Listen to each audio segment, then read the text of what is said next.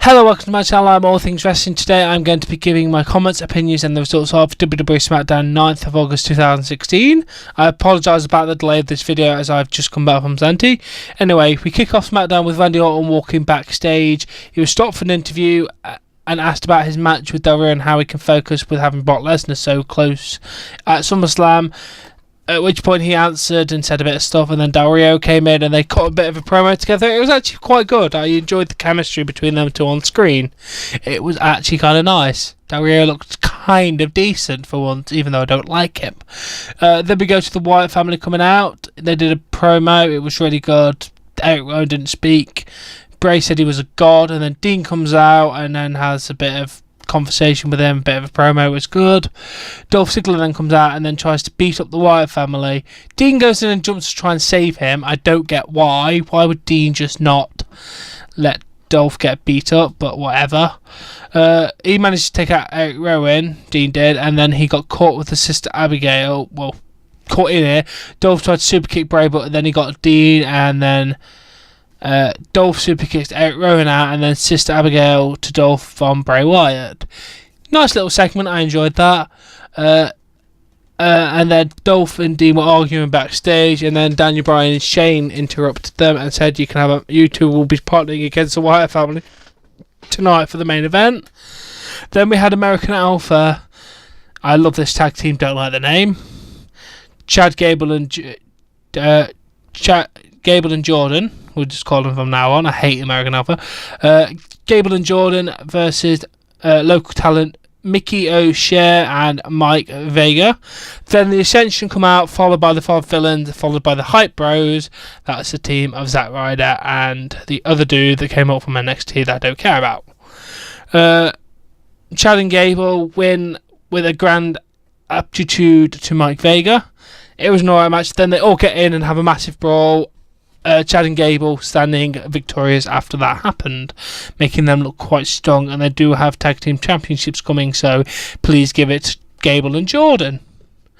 Renee Young was interviewing The Miz, and he was kind of just more focused about Maurice than anything about what Renee had to say. Then they had a look at Apollo Crews' opponent, and then Maurice and Miz was lying on the table, and then they just started looking in each other's eyes, and they started kissing them. Renee's like awkwardly going, "Let's go back to ringside." It was weird. Then we had Becky Lynch versus Eva Marie. Eva Marie did her entrance, and then she came down, and then she had a wardrobe malfunction.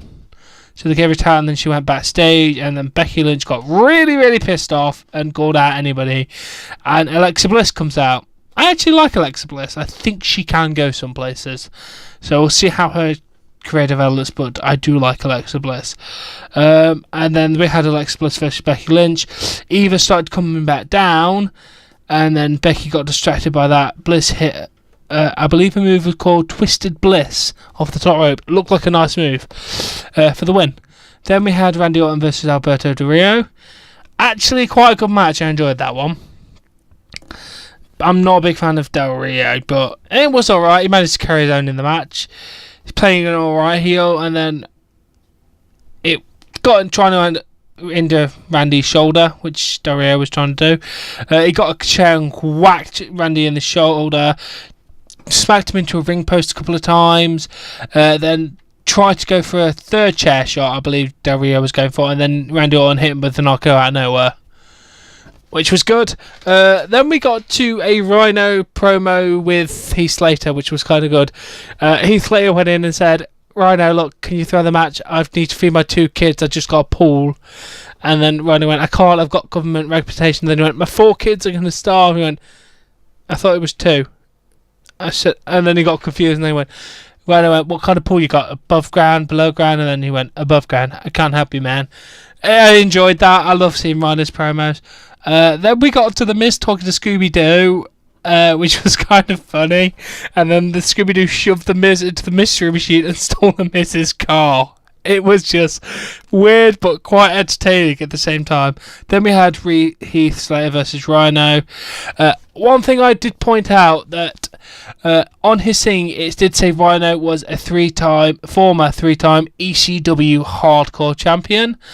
He was a 2-time ECW champion and 1-time television champion, but there's no such thing as an ECW hardcore champion. He is, however, a 3-time WWE hardcore champion. Suspicious WWE. Do you want to hide your hardcore past or something? Anyway, Rhino wins with a gore. We had a Wyatt family promo after that, which was a bit usual Wyatt family stuff. Then Daniel Bryan and Shane were talking about giving Heath Slater a contract. He comes in and starts bloody moaning at them and then walks out without even getting the contract. And then we have Carmella coming out for her match, and then Natalya tried to blindside her. Carmella, sorry, pushes her in the ring, and then they have the match. Carmella wins with a leg submission thing, making Carmella look really, really strong. I like Carmella a lot more than Natalya. Natalya's just really boring me right now. Then we had a AJ Styles versus John Cena SummerSlam promo preview thing. Kind of hyped up the match. I'm glad, because I'm really looking forward to this. Then we had came back, and Baron Corbin was beating the hell out of Kalisto and said, "That's what you get for costing me the Intercontinental Championship shot." Okay, I guess there's going to be a feud between them two. Then we had the match between Dolph and Dean versus the Wyatt family. It ended with Dolph Ziggler hitting a super kick to Eric Rowan, which them two were celebrating, and then Dean Ambrose hit a dirty deed to Dolph Ziggler, getting retribution for the super kick earlier. But I did notice one piece of commentary from Mauro Ranallo, which I really do have to point out. He said after Sunday, Dean will still have that belt around his waist. Did he just spoil the match? Mauro Ranallo. Little bit. He did that earlier in the night as well. Like, Mick went to Rusev on Raw.